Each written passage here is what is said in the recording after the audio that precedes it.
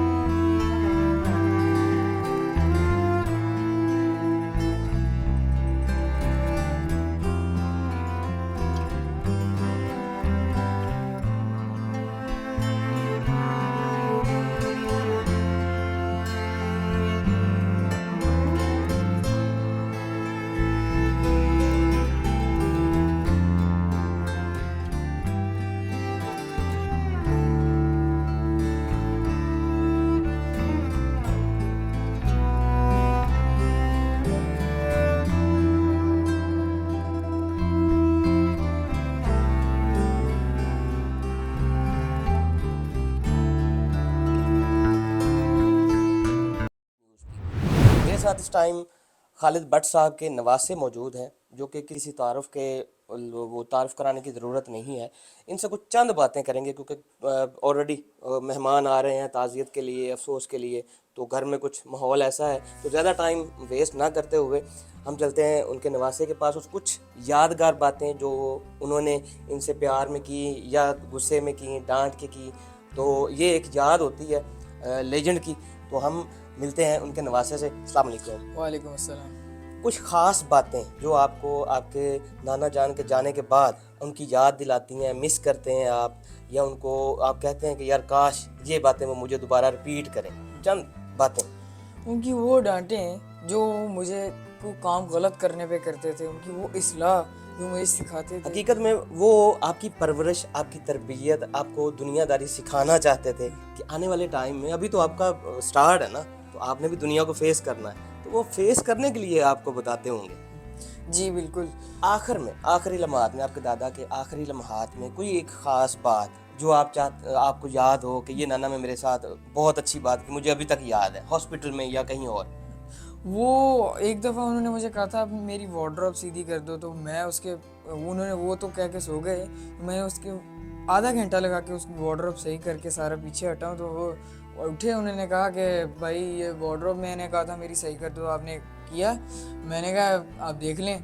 तो उसके बाद उन्होंने चेक किया, इतना वो खुश हुए, इतना वो खुश हुए कि भाई मैंने ये काम कहा। उसने सेकंड लगाया और करके फायर कर दिया। वो पंचुअल बहुत थे और वो उन्हें बहुत पसंद था कि मैं कोई काम कहूँ और बैठे ना रहे, बस मेरा फटाफट ये काम करके फारग हो जाए। एंड पे अगर आप इमेजिन करें कि आपके दादा जान आपके सामने बैठे हैं या वो सुन रहे हैं या देख रहे हैं, तो आपका ख्याल क्या होगा, क्या कहना चाहेंगे आखिरी अल्फाज कि आपके वो सामने बैठे हैं, क्या कहना चाहेंगे? मैं फिर से वही कहूँगा कि मुझे वो डांट दें एक दफ़ा, या फिर एक दफ़ा मुझे कोई बात कोई करें, मैं कोई गलत काम करूँ, वो मुझे इस्लाह करें मेरी। जो उनकी डांट में प्यार था ना, वो मुझे कहीं भी नहीं मिलेगा। मैं अपने दादा से जाके डांट खा लूँ वो गुस्सा ही लगेगा मुझे, मैं अपनी मामा से, पापा से, जिससे करूँगा वो प्यार मुझे नहीं मिलेगा। अच्छा, ये मिस अब कर रहे हैं आप वो डांट, या जब वो होते थे तब गुस्सा आता था, या उस टाइम भी आप रियलाइज़ करते थे कि नहीं ये मेरी तरबियत के लिए है या मुझे सिखाने के लिए है, गुस्सा आता था? नहीं, गुस्सा कभी नहीं किया। मामू और उनकी मामा वगैरह की डांट पे गुस्सा किया, लेकिन नाना की डांट पे कभी गुस्सा नहीं किया।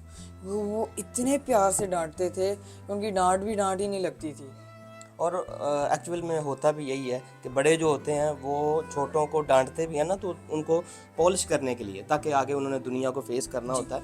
तो एंड पे आखिरी बात कि एक लास्ट मैसेज जो आपके दादा के चाहने वाले हैं, वो चूँकि बहुत बड़ा नाम था इंडस्ट्री का, ड्रामा इंडस्ट्री, फिल्म इंडस्ट्री, उनके लिए, उनके फैंस के लिए कोई आखिरी पैगाम?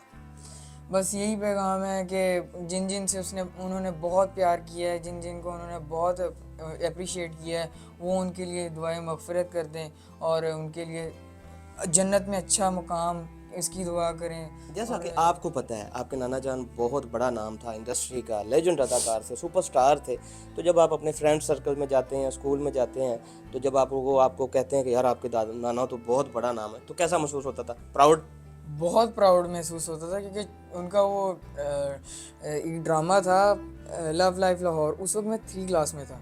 वो मैं गया स्कूल, वो उन्होंने मेरे फ्रेंड्स ने जो घेरा डाला मेरे सामने कि भाई तुमने बताया ही नहीं पहले तुम्हारे नाना है, हमने तुम्हारी फ़ोटो देखी वहाँ पर। अगर कहाँ पर?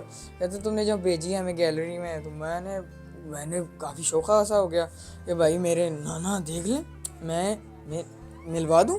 वो उस वक्त बड़ा खुश हुए थे। तो मैंने ना 5 डेज़ के बाद उन्हें मिलवाया।